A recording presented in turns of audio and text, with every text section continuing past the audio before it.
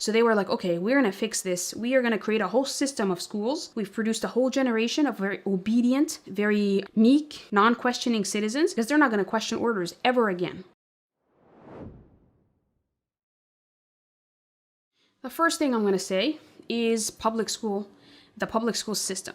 This is the first thing that happens on the macro level. If you want to read a really good book on the nature of public schools, modern public schooling, you can read books by John Gatto. He's an subhanAllah, incredible researcher. He was a teacher for 30 years in the New York school system, and he won for, I think, 2 or 3 years in a row. He won Best Teacher of the Year, like across the state, for the entire state of New York, which is kind of a big deal. So he's a very good teacher, known for his really good teaching and good methods, and very successful. But he has a bunch of books out, including Weapons of Mass Instruction, another book just called The History of American Public Education. And so what he talks about is the public school system as indoctrination camps. It's like a web of public school systems. They have a facade of being a school where your child is going to be taught math and science and English, reading and writing, right? That sounds good. That sounds fine. There should be nothing wrong with that. But what he says, and he's not talking about today in 2022 or, with everything that's happening now politically, or the feminist ideology in schools,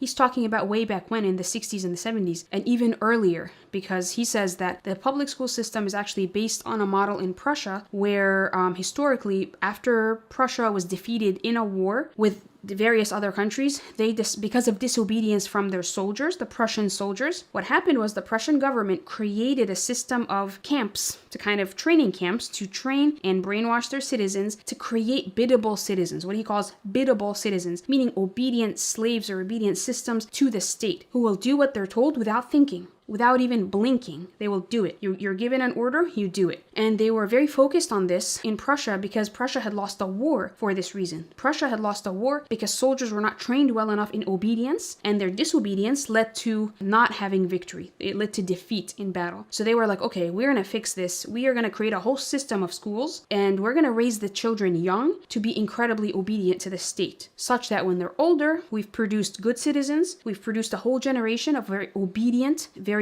meek, non-questioning citizens who will be able to win wars for us because they're not going to question orders ever again. And what happens was a man named Horace Mann, M-A-N-N, Horace Mann, he went to Prussia during this time, and he kind of got a tour of their system of schools and this kind of web of schools that they had created in Prussia, and he went back to the US and with this idea. And then this is how the American public school system was born. This is a really fascinating topic that, we can do a whole class just on this idea of American public schooling and the school system. But just for now, suffice it to say that this is where this idea kind of comes from, of where mass schooling, the system of mass schooling started. And actually Horace Mann is known universally, like in the US, if you look him up, he's called the father of the modern public school system. That's him. And he got it from Prussia. And they had this for military reasons, right? For obedience. So the idea is the public school system is designed to churn out biddable citizens and obedient factory workers. Again, look up John Gatto if you're interested.